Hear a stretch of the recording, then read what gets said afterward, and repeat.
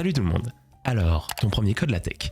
Déjà, tous les documents LaTeX sont structurés de la façon suivante. Tout d'abord la classe de document que tu veux écrire, puis le préambule qui donne les paramètres de ton document, et enfin le contenu, c'est-à-dire ce qui sera bel et bien affiché sur le PDF.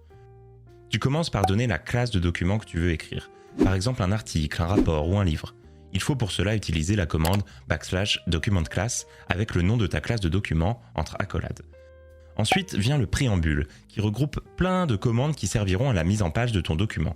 On peut notamment indiquer le titre, l'auteur et la date grâce aux commandes \title, puis ton titre entre accolades, \author, puis l'auteur entre accolades et \date, puis la date entre accolades. Pour ne pas mettre de date, il suffit de ne rien mettre entre les accolades.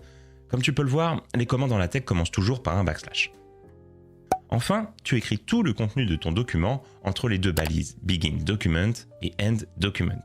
C'est ici que sera écrit tout le texte de ton document qui apparaîtra dans le PDF final. Par exemple, la commande \maketitle permet d'afficher le titre, l'auteur et la date. En fonction de la classe de document choisie, c'est LaTeX qui va gérer automatiquement une page de titre avec les informations données dans le préambule. Quand tu vas à la ligne dans ton code, cela ne va pas à la ligne dans le PDF. Il faut sauter 2 lignes dans le code pour avoir un retour à la ligne dans le PDF. Le fait de sauter des lignes dans le code, cela permet de repérer plus facilement les erreurs sans changer le rendu dans le PDF.